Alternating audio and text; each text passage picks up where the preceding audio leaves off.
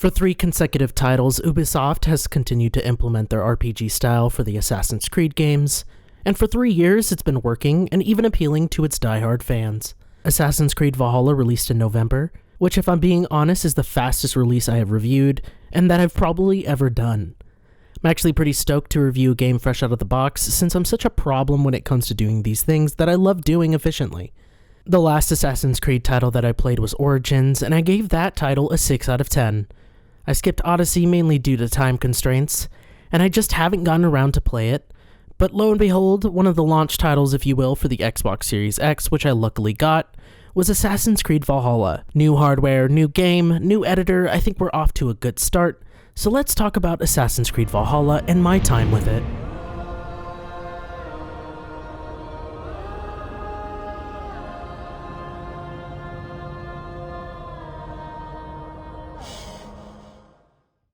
Valhalla throws us into the fray with Layla once again as our Animus user, and from what I could muster about what happened in the previous game, things are not going too well. Her more recent crew is dead because of the Staff of Eden. Once again, the Earth is going through an impending disaster, just like Desmond, and Layla's only lead is Eivor, according to a mysterious messenger. We do have some familiar faces here from the original Assassin's Creed titles, Rebecca and Sean, which was a surprise to see. The entire goal is to follow Eivor's conquest in England to find answers on how to stop the world from ending once again in modern day. Eivor is sort of a different protagonist when it comes to how he reacts to the assassins. Let me make this clear, Eivor does not care about the Hidden Ones, which is kind of weird in an Assassin's Creed game, yet for the time it makes sense. He's a Viking in search of conquest and glory, and as he says, he'd rather have his actions and reputation out for everyone to see, not in the shadows. He does, however, take the Hidden Blade as a gift, but this is a huge turn from the actual series. The story is of course mainly based on making alliances in England and taking over territories controlled by rival groups, but the Order, aka the Templars, they just so happen to be there, and the assassins kind of throw Eivor a bone, like, hey, you're going to take over that territory. There's some people who may stop you from doing that you should probably kill, which is probably the only assassin's motivation Eivor has. As a protagonist, I enjoyed playing as Eivor. He sticks to his ideals, which is prevalent in his loyalty to his stepbrother, his people, and his culture. There is this sensitive balance between what is right and what he must follow as a Viking, but for the most part, those big choices are left to you. There's some key points that affect the story down the road, but at the end of the day, Eivor sticks to what he believes in. As far as keeping the story going, 100%ing beside, it's a cohesive tale filled with interesting characters and politics. When it comes to why it matters, it's a toss-up really. In my opinion, the Assassins versus Templars feud, the conspiracies, the gods that are in play all make sense in this universe, the reintroduction of old faces, and the mention of Desmond and Abstergo. I feel Ubisoft is making a full circle here. Going back to what really matters when it comes to the story, which has always been the factions through time, and the different pieces of Eden as well. As I mentioned in my previous video on Origins, the story there didn't feel as prominent or impactful, but Valhalla kind of reprimands that. It puts the timeline back on track. As for the sort of destiny aspects, which many who have played the game should know what I'm talking about, it kind of opens up this weird repeating of history for Eivor and company that I was pretty confused about. I'm patiently waiting for a modern day title, but as far as telling the story, I think Valhalla is a good refresh of the past that mattered, and the story moving forward. What impressed me about the overhaul in gameplay mechanics in Origins is still here. The RPG system has been expanded and makes the side activities a little more bearable. Instead of random quests, it's hilarious interactions with a lot of Easter eggs sprinkled in. It's not to be taken seriously, but I enjoyed the mysteries as they are called, which I will get into more detail later.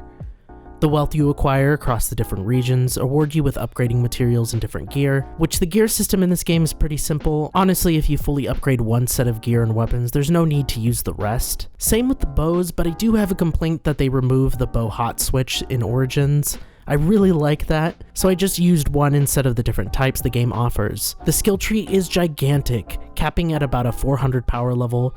With the added mastery system that follows to spend skill points, it's a lot bigger than Origins and much more overwhelming. There's a lot of variety as far as abilities go, and each node is a different stat or resistance. Combat is pretty mindless, nothing too crazy or intense, but like, what are they supposed to do? I kind of get it.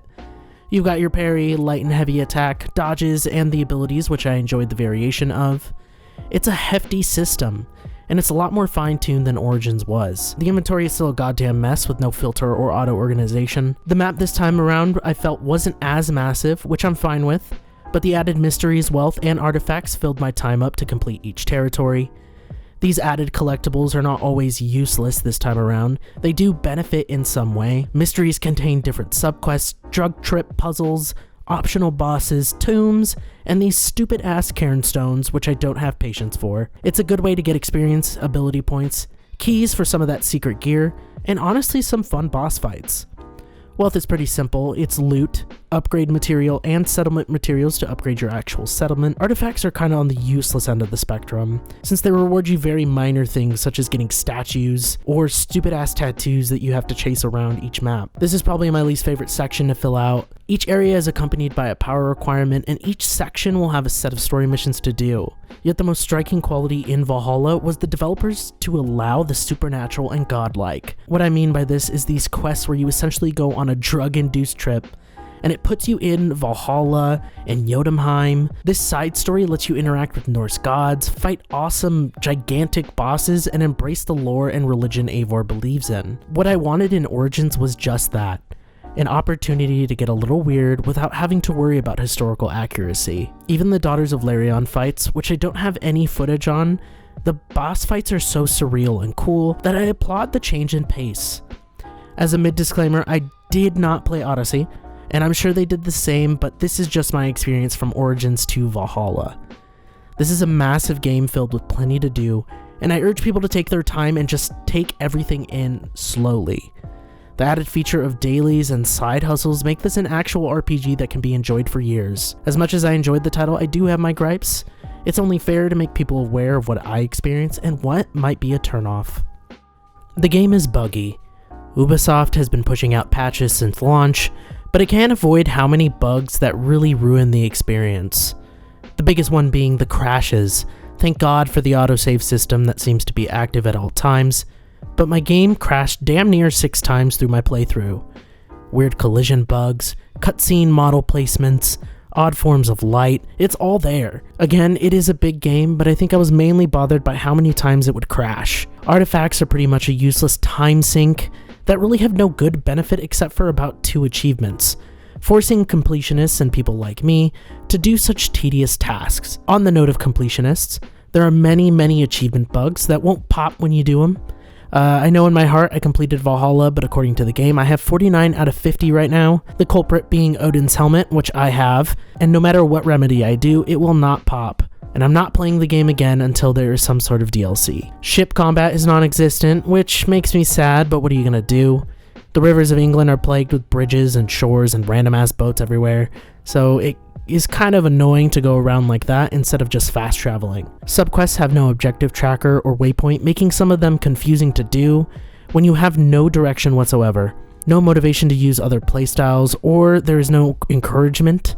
When the strongest weapons can be dual-wielded, no point in using all the other shit. The treasure hoard maps that count as artifacts don't really give you anything amazing, but just waste your time, and it's kind of just like a filler item. The Ubisoft server is responsible for daily contracts, pictures from other players that sometimes have hints, and the store to use your opals that you earn from dailies constantly go down and barely work. All in all, this is a decent title to kick off the generation. The loading times, though, I will say, are non-existent, which was a big thing for me in the last title. Assassin's Creed Valhalla takes the new formula and continues to make it work in the Assassin's Creed universe, and that's good. I still love this direction the games are taking, and I enjoy playing them. There's just one last thing I want to talk about when it comes to Assassin's Creed. Why the need to continue it? I don't know, it's a weird thought, especially since they seem to be trying to push the modern day story forward, but it just doesn't feel like an Assassin's Creed game anymore. Valhalla is an open world RPG filled with so much to do. The assassins took a back seat in this game, and honestly, stealth is optional all the way through, and it just doesn't feel like one. I really think Ubisoft should make a new IP with this format, and just make another series, or at least connect it to the same universe, but just not slap Assassin's Creed on the box. Watch Dogs has failed, Immortal Phoenix Rising is for children, but they have the formula of an RPG in front of them. It doesn't always have to be a new Assassin's Creed game. I think if they slapped another title on it with a different story, it would have done just as well. We've followed the Assassins for 13 years, and this game really shows how it doesn't really matter anymore. How the game is strayed from tailing, eavesdropping, assassinations, stealth, stories of revenge, to just a story about a Viking wanting to find his place in a new country. Throughout the entire game, Eivor never wants to be an assassin, and he never changes his stance, which pushes the main focus of the Assassin's Creed titles to the side. Sure, the Templars are still present, the assassins, the gods, but this game feels like an entirely different title. That's just a side thought, but with all that being said, the story is engaging. The RPG elements are rocking and getting better with each entry. The mythology and weird is here, and I'm all for it. Bugs are of course prevalent, and besides a few crashes, I think this entry deserves a much better score than Origins. So with that, I'm slapping an 8 out of 10 for Valhalla. I sunk 100 plus hours exploring and fighting, and there were just some rough filler quests and collectibles, but not enough to damper the game. Good job, Ubisoft, you did it. Assassin's Creed is still kind of relevant. I'm down for the next game, especially from the cliffhanger of what Valhalla gave me. I'm on board once again for Assassin's Creed, and I hope this review gave you some clarity on what to expect. Thank you guys for watching. My want is to continuously keep the reviews coming, improve my writing, and just get more reviews out. Of course, thank you guys for watching, and make sure to subscribe and like, comment, tell me what you thought. As this video is out, I'm playing Cyberpunk 2077, getting ready to review that. So with that, have a good one, and we'll see you next time.